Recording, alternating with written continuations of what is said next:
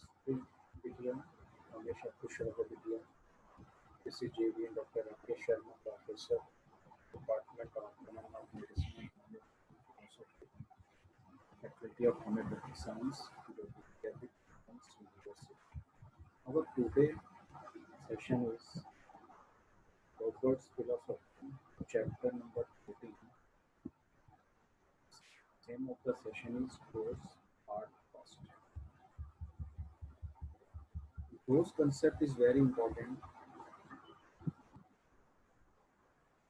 If we have some misunderstanding about the concept of the dose, then there are chances lot of homeopathic aggravation, chances of development of new symptoms.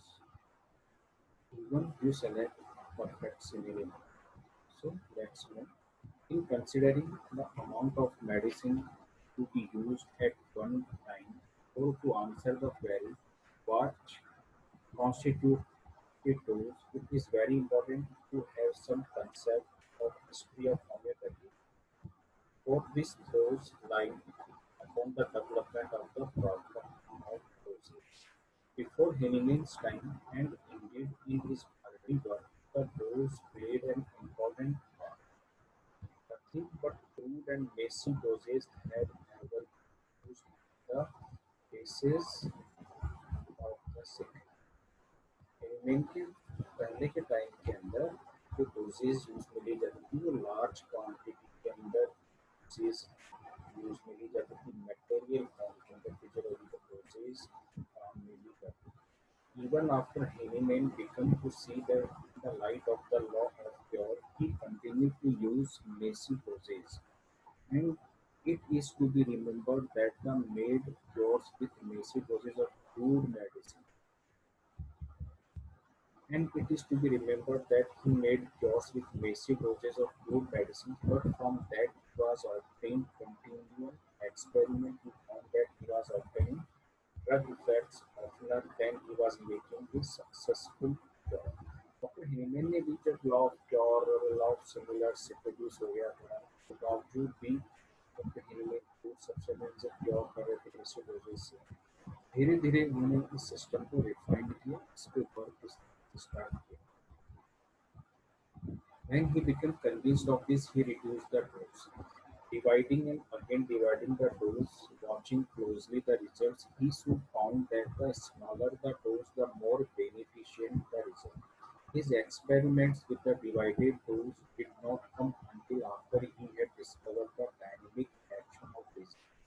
Then, with his logical mind, he must not necessarily have correlated his results from the larger doses and brought his ideas of doses into correlation to the same concept. For if disease be dynamic in nature, the use of a remedy to cure or even to reach the disease must be dynamic rather than physiological in form and form.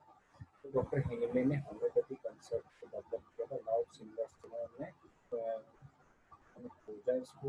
तो disease का कारण उन्होंने माना कि vital force, vital energy है, dynamic power है.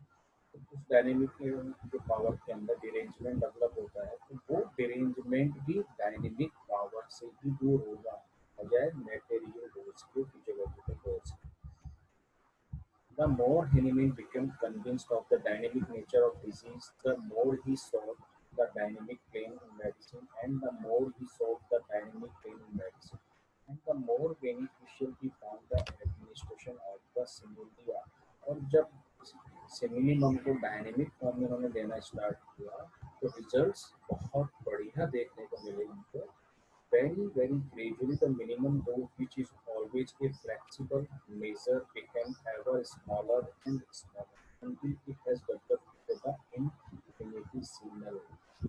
इतनी dose को रिड्यूस किया गया डॉक्टर इंग्लैंड ने डायनेमाइजेशन के द्वारा, उसका जो मेटेरियलिज्म है डोज के अंदर वो बिल्कुल ही दिखाई देना बंद कर दिया. सिर्फ एक एनर्जी देखने को मिली और वो एनर्जी इसको हम डिस्ट्रॉय नहीं कर सकते. So we are coming to a point where we fully recognize and comprehend the soundness of Hahnemann's prediction. Let us go to the Hahnemann's organon for his teaching in regard to the dose, remembering that in every edition this was plainly taught. Each edition progressed one step further in the development of the minuteness of the doses. So in Korean 112, in older description of the fatal effects of overdose of medicine, it is often to be noticed that the dose of such deplorable accidents was marked by certain effects which were of very different nature from those witnessed at the beginning of the case. These symptoms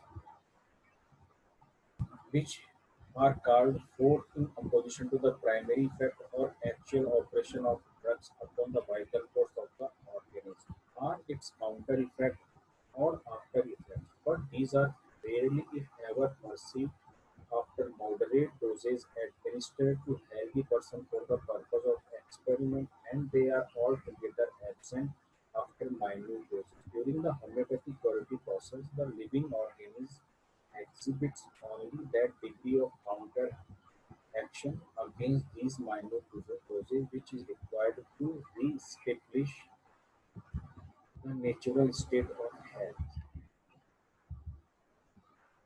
In 128 aphorism, the most recent experiments have taught that crude medicinal substances will disclose the same wealth of latent power as when they are taken in a highly attenuated state, potentiated by means of graduation and suction. Through this simple process, the powers hidden and dormant, as it were in the crude drug, are developed and called into activity in an individual being.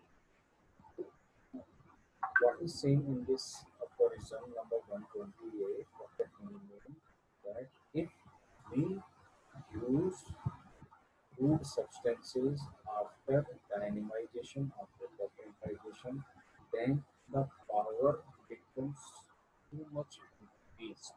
The purity power too much increased. And there is the less chances of aggravation and new medicinal symptoms.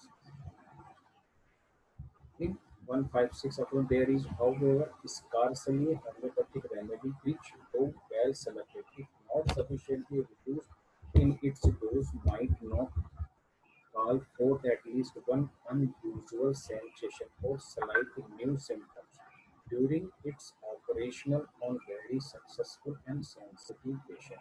So in Aphorism 156, if we give homeopathic remedy in large doses, then there is a chances of unusual feeling, unusual sensations, and many types of the new symptoms belong to the medicine. We will face this type of difficulty when we use large doses. In Aphorism 157, although a homeopathically selected remedy, by virtue of its fitness and minuteness of dose, quietly cancels or extinguishes an analogous disease. Aggravation caused by large doses may last for several hours, but in reality, these are only drug effects, somewhat superior in intensity and very similar to the original disease. When we are using large doses, then there is very big gap between the artificial disease and natural disease. Both are similar in their action, but artificial disease becomes very stronger or superior than the natural disease. So patient feels various types of the sufferings, various types of the new symptoms.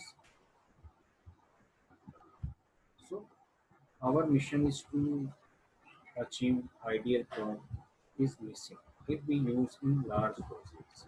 160 aphorism, the dose of a homeopathic remedy can scarcely be reduced to such a degree of minuteness as to make it powerless to overcome and to completely cure as analogous. Natural disease of recent origin and undisturbed by injurious treatment. We may therefore readily understand why a less minor dose of a suitable medicine an hour after exhibition may produce an appreciable homeopathic aggravation of this kind. If we use minor doses, then there is a very slight homeopathic aggravation, and if we large doses, then there is severe homeopathic aggravation. So ultimately, patient is suffered because he is already suffering from disease condition, and we add his suffering from our large doses. But when these aggravated original symptoms, Dr. Hillman mentioned some points regarding the doses in the Hillman's chronic disease. That is, but when these aggravated original symptoms appear later on in the same strength at the beginning or even more strongly later on, this is sign that the dose of this antipsoric remedy, although it was correctly selected, was too great and caused the fear that no cure could be effective to since medicine given in so large a dose are able to establish a disease which in some respect is similar but even greater and more troublesome without extinguish the old disease. मतलब animals theory of chronic disease and their peculiar nature जो उनकी book है उस book में भी doctor Newman ने dose के बारे में अपने व्यूज रखे और उन्होंने इस चीज़ को ऑब्जर्व किया देने के बाद में कि एंटीसोरिक मेडिसिन को भी लार्ज डोजेस के अंदर अगर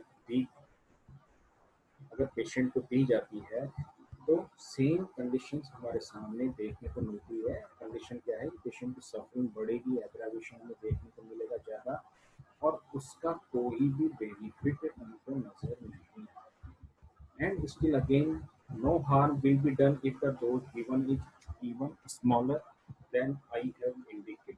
It can hardly be too small if only everything is alluded that might interfere with the action of the medicine or abstract. They will even do everything of good that can in general be expected of medicine if only the antistory was selected correctly in all respects as to the carefully examined symptoms of the disease and was thus prepared. And the patient did not by his action disturb the medicine in its action. On the other hand, we have the great advantage that even if in some cases the selection should not have been made quietly suitable, we have the great advantage that we can easily put out of the action the wrong medicine and minimum dose in the method treated above. Then the treatment can be continued with a suitable antipsychotic without delay. सबसे बड़ा जो benefit है वो ये है कि अगर हम गलती से मेडिसिन को सही सेलेक्ट नहीं कर पाए और हमने इसको मिनिमम डोज के अंदर दी तो यहाँ पे एग्रावेशन और पेशेंट की सफरिंग हमें इतनी ज़्यादा देखने को नहीं मिलेगी जितनी ज़्यादा लार्ज डोजेज में अगर हम मेडिसिन को देंगे तो वो मेडिसिन भी हमने रॉन्ग दी है, गलत दी है, प्रॉपर एग्जैक्ट सिमिलिमम नहीं दिया है, तब बहुत बड़ी परेशानी हम क्रिएट करेंगे पेशेंट के लिए। तो ये इसका प्लस पॉइंट है कि माइन्यूट डोज के अंदर स्मॉलर डोज अगर हम देते हैं तो पेशेंट को वायदी गलत मेडिसिन भी सेलेक्ट हो जाती है तब भी उसका बहुत ज़्यादा एडवर्स इफेक्ट हमें देखने को मिलता है। This session powered by digital version 2.0 जो पूरी तरह से university. I hope you are satisfied with my digital session.